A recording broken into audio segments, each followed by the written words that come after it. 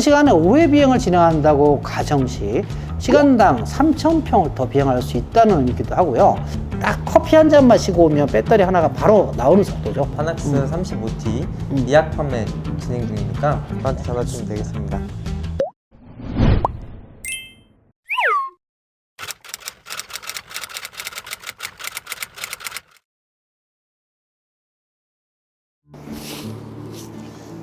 안녕하세요. 주식회사 헬셀의 임담당입니다. 옆에 있는 대표님과 연구개발팀이 작성한 파낙스 35T 기술보고서 데이터를 함께 살펴보며 궁금한 점 여쭤보겠습니다. 네, 안녕하세요. 사성입니다.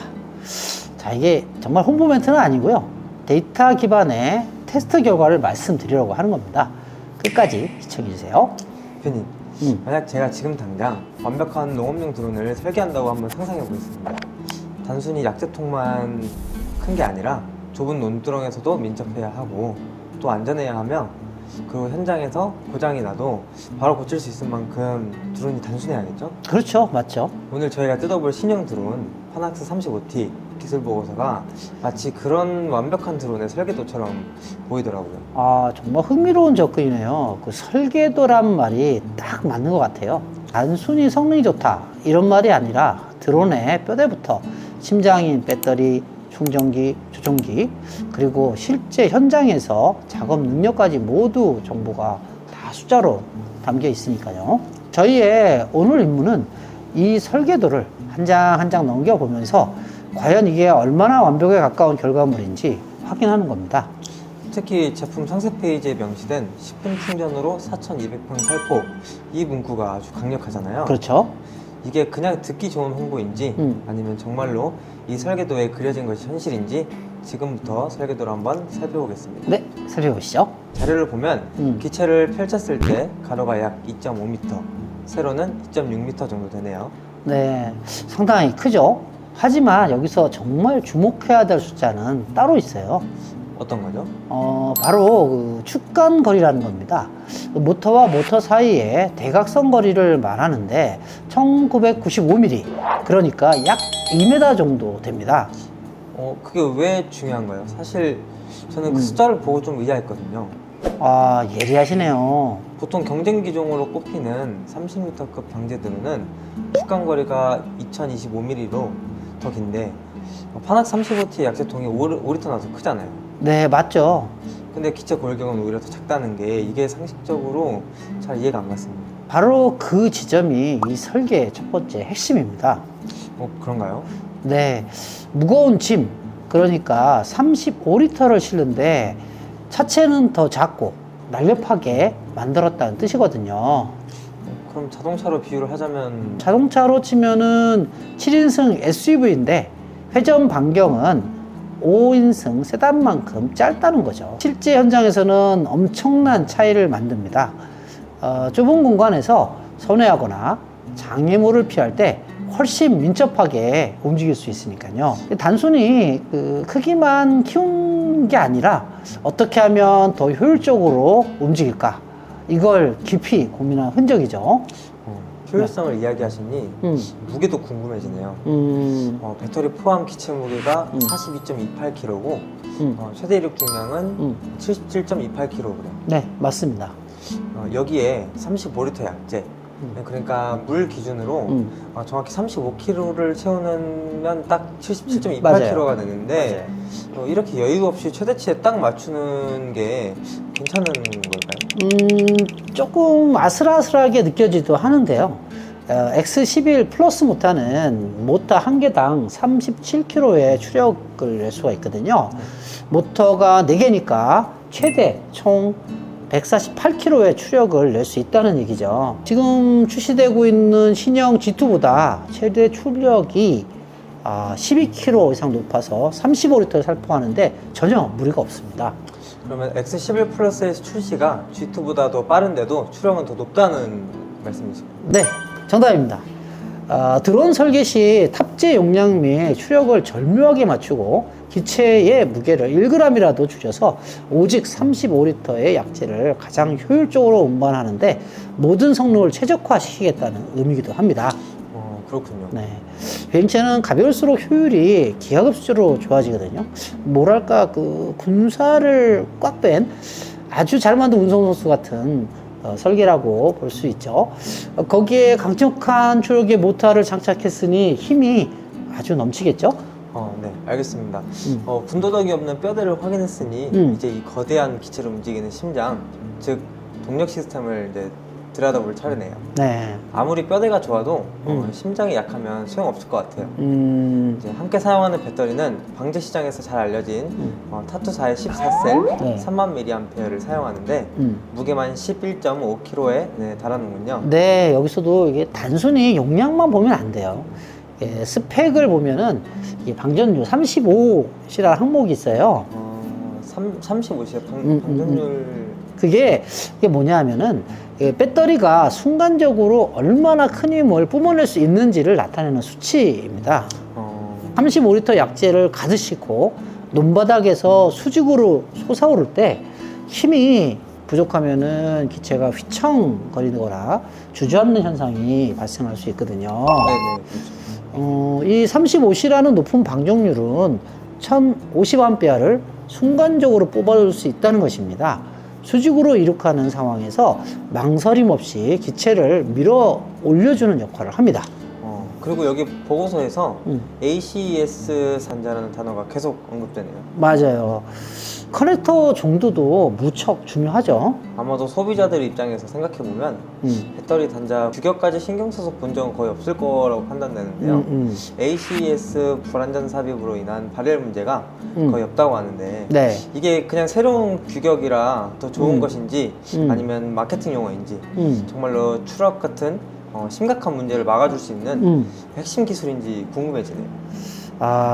정말 좋은 질문이고요. 이건 마케팅 용어가 아니라 핵심 안전 기술이라고 단언할 수 있습니다. 핵심 안전 기술이요? 네. 농업용 드론은 작업 환경상 엄청난 진동과 계속 마주해야 하거든요. 비행 중에 아주 잠깐이라도 저런 공격이 끊기면 어떻게 될까요? 생각만 해도 끔찍하네요. 그대로 출하죠. 네네네. ACS 단자는 기존 몰렉스 단자보다 물리적으로 접촉하는 면이 훨씬 넓고, 그리고 체결하는 방식도 훨씬 견고합니다. 그리고 AS150 단자에서 종종 발생하는 불안전 삽입으로 인한 발열 문제가 거의 발생하지 않아요. 그렇군요. 네. 그리고 또 진동 때문에 연결이 헐거워질 가능성 자체가 거의 없다는 거죠. 게다가 기술적으로 더 큰 300A 순간 전류를 안정적으로 흘려보낼 수 있어서 아까 말씀드린 힘 있는 수직 이륙도 아무런 문제 없이 수행할 수 있도록 합니다. 사실상 드론의 추락 사고 원인 중 하나를 원천적으로 제거해버린 굉장히 중요한 설계 변경이라고 봐야 합니다. 결국 그 ACS 단자가 안정적인 전력 공급을 위한 기술이라는 말씀이시군요. 네, 맞습니다. 안정적인 공급만큼이나 중요한 게 이 지속적인 공급일 텐데, 네. 그러려면 결국 배터리가 계속 이제 따라와줘야 되잖아요. 네, 그렇죠. 타투 14셀 3만ml는 업계 최고 수준인 1000회 충전 방전 사용을 보증하고 있습니다. 스마트폰 앱과 BMS를 통하여 배터리 상태를 실시간 모니터링 할 수도 있고요.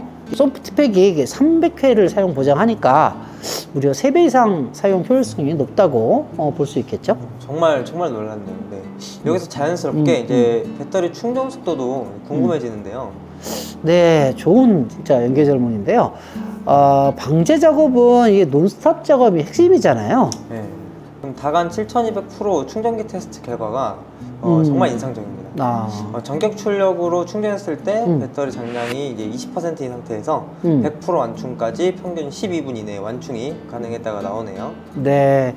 보통은 이게 안전 때문에 2차 경고까지 안 가고요. 1차 경고가 뜨는 30% 정도에서 비행을 멈추잖아요. 그래서 시작점이 20%였던 이번 테스트는 배터리 입장에서는 좀 가혹했던 게 사실입니다. 게다가 현장에서는 시간 전략과 수명 관리를 위해서 90%까지만 충전해서 쓰시는 분들도 많거든요. 그렇게 실제로 많이 쓰는 30%에서 90% 구간만 충전한다면 시간은 10분이면 충분합니다. 딱 커피 한 잔 마시고 오면 배터리 하나가 바로 나오는 속도죠. 심지어 자료에 따르면은 음. 실제로는 최대 출력 7.2kW가 아니라 6.8kW 전격으로 입력되는데도 그 정도 속도가 나온다는 겁니다. 정말 엄청난 속도인 것 같아요. 네. 그런데 이런 초고속으로 계속 충전하다 보면은 이 발열 문제가 생기지 않을까요? 현장에서는 이제 배터리 여러 개를 쉬지 않고 돌려가면서 써야 할 텐데 이제 의문이 좀 듭니다. 네, 맞아요. 당연히 우려되는 부분이죠. 이게 보고서에도 그 점에 대해서 언급이 있습니다. 충전 중 내부 온도가 이제 60도까지 올라가기도 하지만 충전기 내부의 쿨링 시스템이 아주 강력해서 연속으로 사용해도 문제가 없도록 설계되었다고 명시되어 있습니다. 맞습니다. 최근에 그 7200 충전기 내부 이 보안 작업이 완료돼서 내부 쿨링 시스템이 완벽하게 작동하고 있습니다. 네, 이것이 현장에서 의미하는 바는 명확해지네요.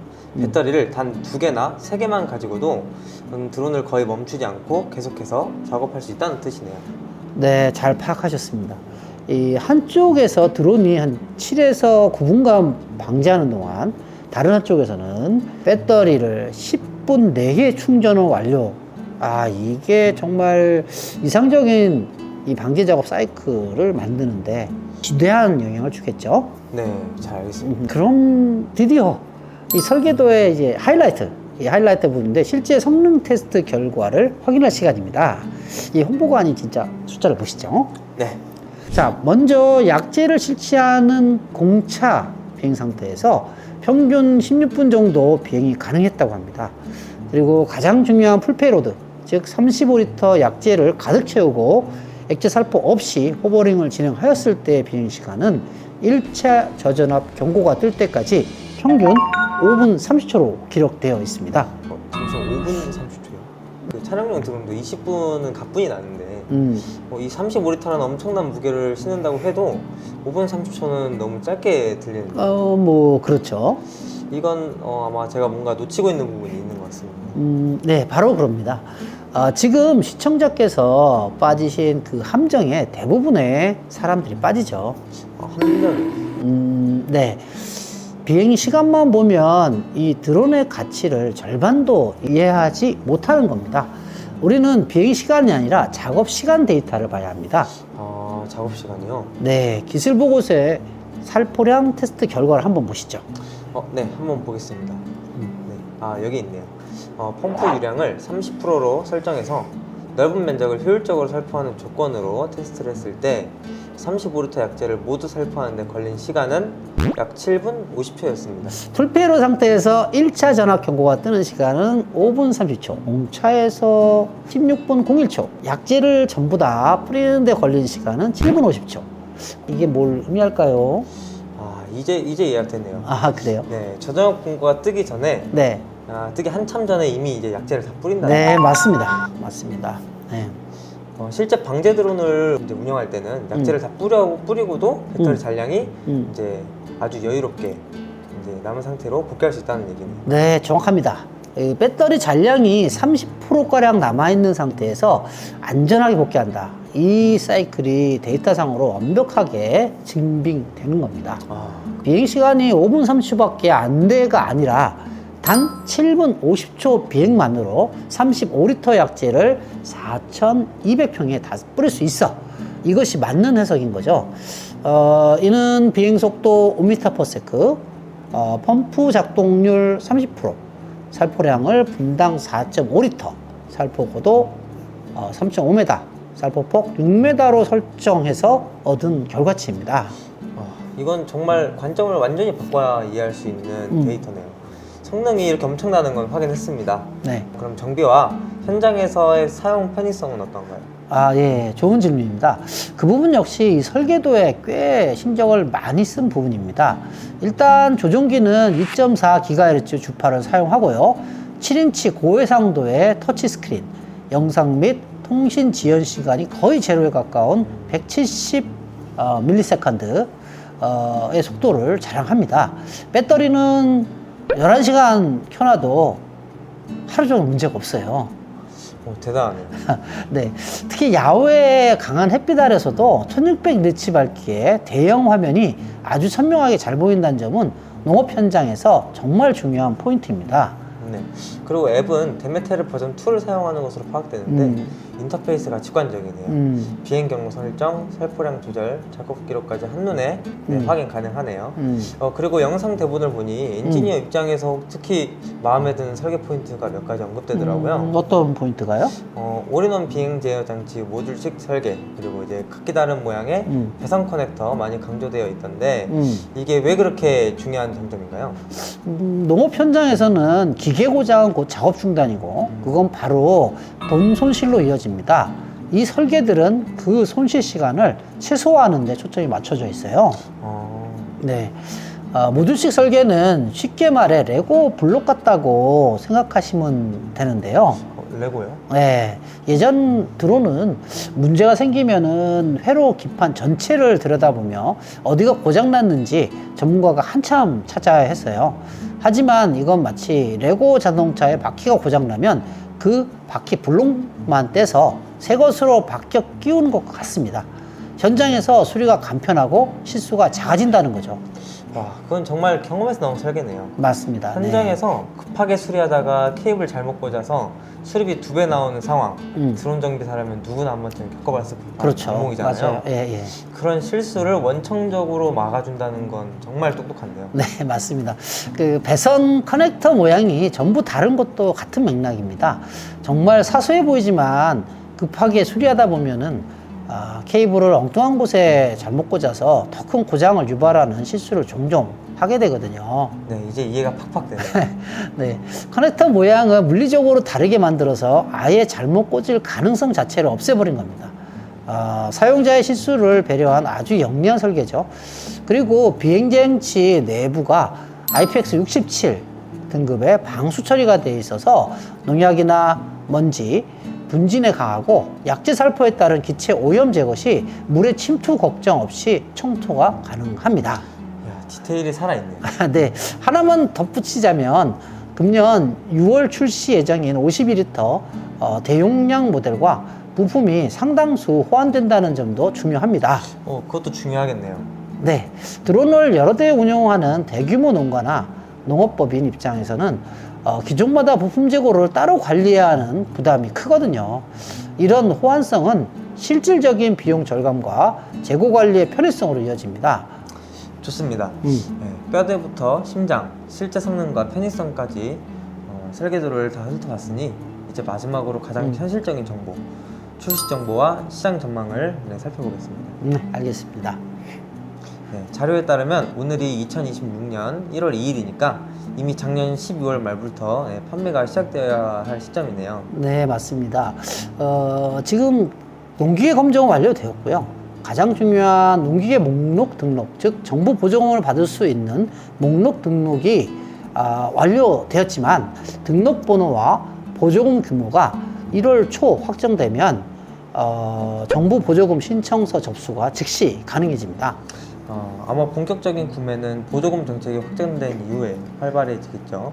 네, 바로 제품 관련 문의 주셔도 파낙스 35T 예약 판매 진행 중이니까 관심 있는 고객님들은 고민하지 마시고 임 담당에게 전화 주시면 본인한테 전화 주시면 되겠습니다. 그럼 파낙스 35T가 시장에 본격적으로 풀렸을 때 어떤 위치를 차지할 수 있을까요? 단순히 30리터보다 5리터 더 큰 드론 이상의 의미가 있을까요? 분명히 그 이상의 의미가 있다고 봅니다. 네. 오늘 저희가 데이터로 확인한 것처럼 파낙스 35T는 단순히 약재통 용량만 키운 드론이 아니니까요. 맞습니다. 더 컴팩트한 기체에서 나오는 뛰어난 기동성, 300A 대용량의 ACES 단자를 통해 확보한 비행 안정성, 그리고 10분 이내 배터리 충전과 약 7분 50초 동안 약 4,200평 관계로 이어지는 압도적인 작업 효율까지 정말 대단한 30m급 드론이 이제 시장에 출시되겠네요. 네, 맞습니다. 또 다른 장점이 뭐가 있을까요? 저는 더욱 대단하게 생각한 것은 이 모든 것을 실제 데이터로 증명했다는 게 가장 큰 차별점으로 보입니다. 결국 감이 아니라 숫자로 성능을 보여줬다? 그렇죠.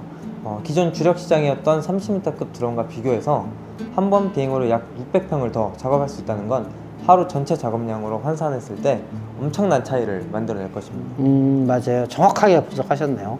1시간에 5회 비행을 진행한다고 가정 시 시간당 3,000평을 더 비행할 수 있다는 의미이기도 하고요.